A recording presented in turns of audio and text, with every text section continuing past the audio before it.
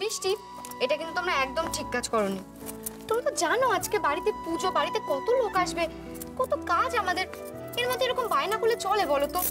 আমরা বায়না করে করছি, আমি আর ভাই তো সকাল থেকে গুড গার্ল আর গুড বয় হয়ে আছি। হ্যাঁ, তা গুড গার্ল আর গুড বয়রা বুঝি এবার দোষীপানা করে মামার মাথা গরম করে দেয়? হ্যাঁ সত্যি, একবার এই জামা কাপড় পরবো না, ওই জামা কাপড় পরবো না, হলুদ পরবো না, লাল পরবো না, এই সমস্ত করে তুমি কেন মামাকে জ্বালাতন করছো বলো তো? এ বাবা, তুমি তো দেখছি কিচ্ছুই জানো না।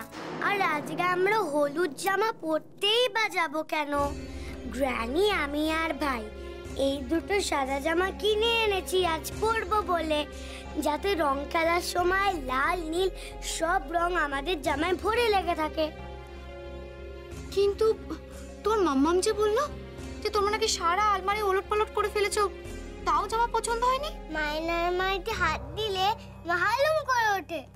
আর আমাদের এই দুটো জামা মাম্মা মালবাড়িতে রেখে দিয়েছিল, সেই সকাল থেকে আমরা এই দুটো জামা চাইছিলাম, কিন্তু মাম্মাম শুধু বলছিল এখন দেবো না পরে দেবো, এখন দেবো না পরে দেবো।